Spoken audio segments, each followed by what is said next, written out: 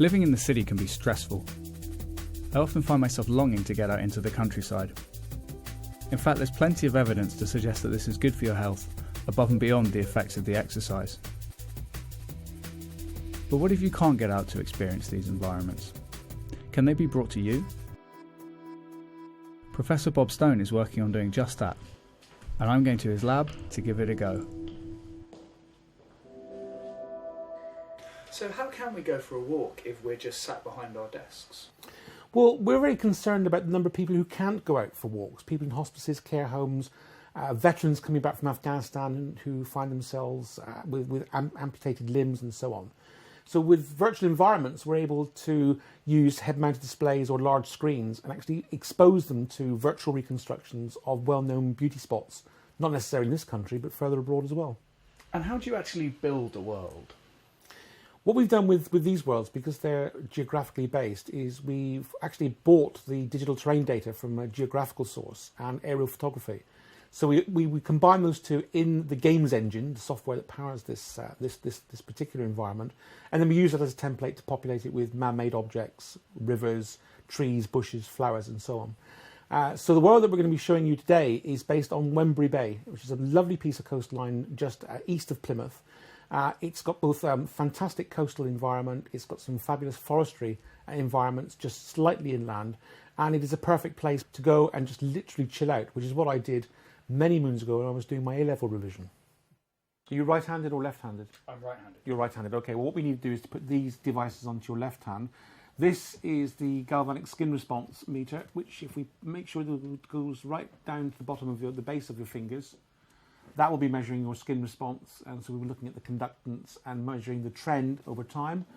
And this is a pulse oximeter, which will be measuring, amongst other things, your heart rate. So if we can put that onto your index finger, and we can start that. Let's make sure the finger's nice and snug in there, and we can start that little thing running. We can get a readout of your pulse.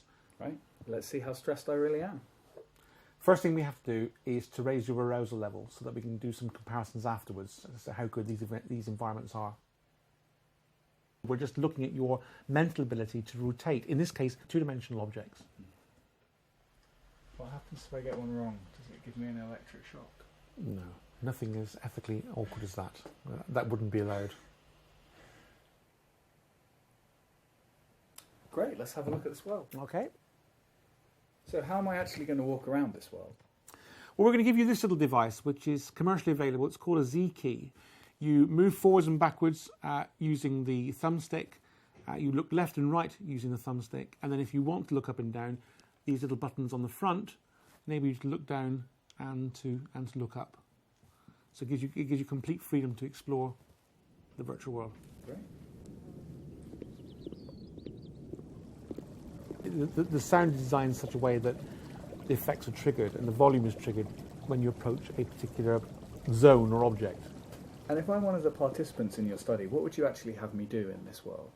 We'd ask you to do two things. Number one is we'd ask you to walk around for about 60 seconds, take in the view, and then choose where you would like to sit or to stand virtually so that you could actually get the full benefit of the environment. Then what we would do is expose you to different times of day. So for example, we can have a nice sunrise at dawn, we can have a nice sunset at dusk, and we can expose you to various different environments and various different environmental effects.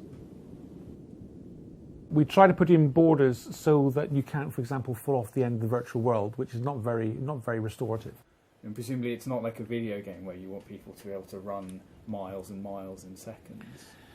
I think at the moment it's probably just a little too fast. We want this to be a restorative, gentle walk on the countryside. So we need to match the sound of the footsteps that you're hearing, which are actually important for creating the illusion that you're immersed in the world, with the speed of movement across the screen.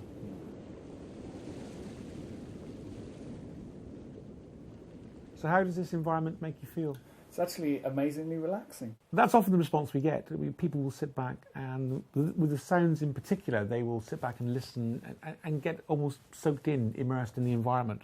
And we can always check up on how well you really are feeling, because my colleague Cheng is monitoring your heart rate and your skin response, your arousal levels in real time with the laptops that he's got in front of him.